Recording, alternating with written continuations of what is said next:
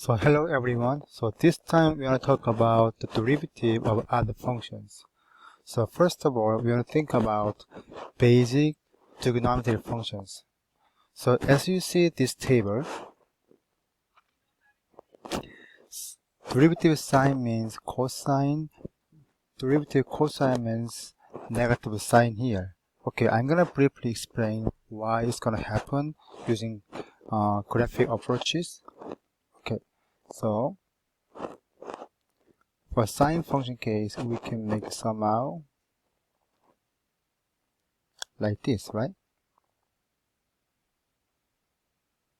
Okay, so now when we begin x equals 0 here, so this means it is totally reflected by y equal to x graph here. So at this point, so d over dx sine x become equal to 1 because it is totally reflect based on y equal to x, which means y equal to x, therefore their constant value which is 1. Okay, now let's think about this point here. Then it is horizontal here, right? So now you know that d over dx sine x become 0. Am I making sense to you? Yeah. So similarly, if you make this point, then now similar to this line here, but the opposite direction, so we can make d over dx sine x at that point become negative 1. Okay, so on the bottom here, I'm gonna just construct derivative function of sine graph. So I'm gonna just make maybe 0 to pi first because that's we know. Then we can repeat, what is going on basically. So I'm gonna make exactly same here. So 0, pi over 2, pi, 3 pi over 2, 2 pi here. So at x equals 0, we know that the slope becomes 1, right? And now when pi equals to pi over 2 right here, then slope become 0. And at pi become negative 1. Then now we can guess at 3 pi over 2 become 0 again. 2 pi must be 1 here. So when you connect this line, it becomes this way. So we know this is the y equal to cosine x graph. Make sense? That's the reason d over dx sine x equal to basically cosine x. Okay? But what about now we have maybe some of the different expression into the sine x, such as given fx equal to maybe sine 3x plus 4, something like that. Okay. So in this case, we are making the property so u as a 3x plus 4, and then you need to using chain rule basically. Okay, so this case f prime x becomes cosine 3x plus 4 times this one prime, which is 3. So f prime x become 3 cosine 3x plus 4.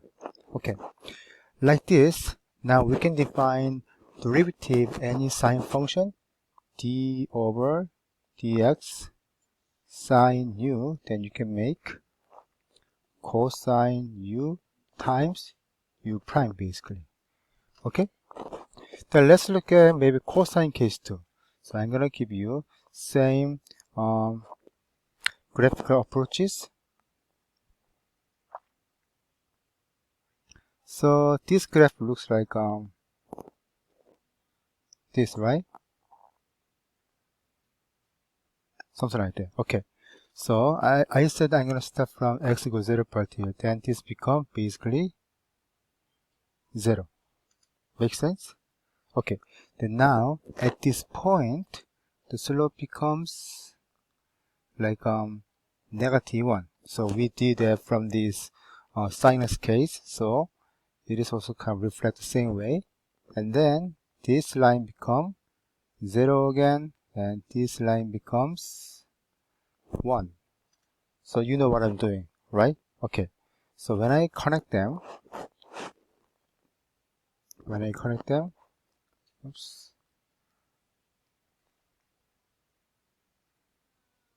So when x equals 0 becomes 0, and pi over 2 become -1, and then pi becomes 0, and then 3 pi over 2 becomes 1, then we know 2 pi must be 0 again, right?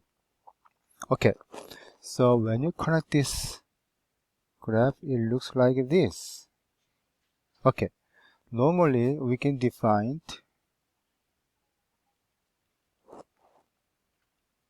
this is sine graph here, but it reflected by x-axis. Therefore, you can make this line is negative sine x graph. So based on this reason, we can make d over dx cosine x become negative sine x. At the same time, now we have maybe many different expression inside cosine, so such as cosine, maybe some of the value. I'm gonna say maybe 4x minus 1, something like that. Then you are using chain rule here. Okay. Therefore, whatever we have cosine function, so d over dx based on maybe cosine u format, u must be some other expression like that, then this become cosine u times u prime. Make sense? So one example here, such as f x equal to maybe sine 3x squared plus 5x minus 1, and then the other one gx equal to cosine 7x cubed, something like that. Then based on this, you can define f prime x becomes cosine itself basically 3x squared plus 5x minus 1 times derivative inside, which is the 6x plus 5. Therefore, this answer becomes 6x plus 5 times cosine 3x squared plus 5x minus 1. That will be the answer for this fx function. And gx case, so g prime x must be negative sine and then 7x cubed times 21x squared. Therefore, this answer becomes negative 21x squared sine 7x cubed, like that. Okay, so like this. Now, even though we don't prove that, or either algebraically, graphically, we can make many different trigonometry function derivative format here. So I just gonna introduce how we define that. Okay, so we have d over dx tangent u, it becomes secant square u times u prime, and then d over dx cotangent u, that become negative cosecant square u times u prime. Okay, and number 5, so different color, so d over dx, the secant u will be secant u time tangent u time u prime, and 6 d over dx.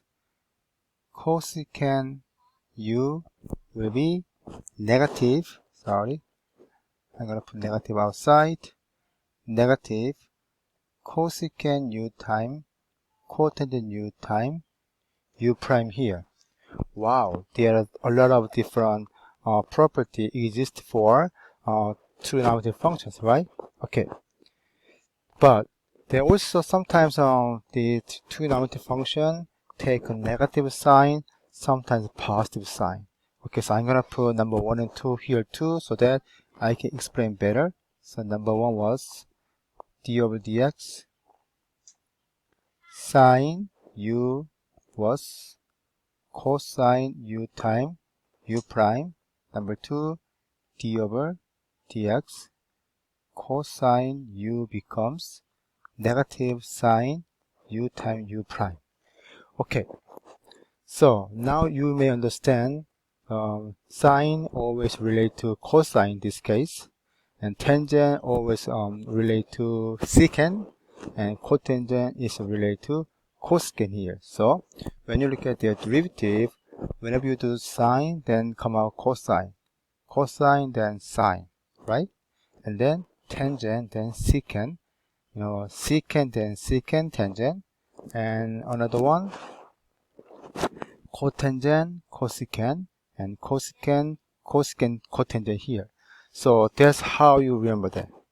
One more thing before finish this video, when you look at here, I'm going to say C family. So derivative any, so derivative any C family,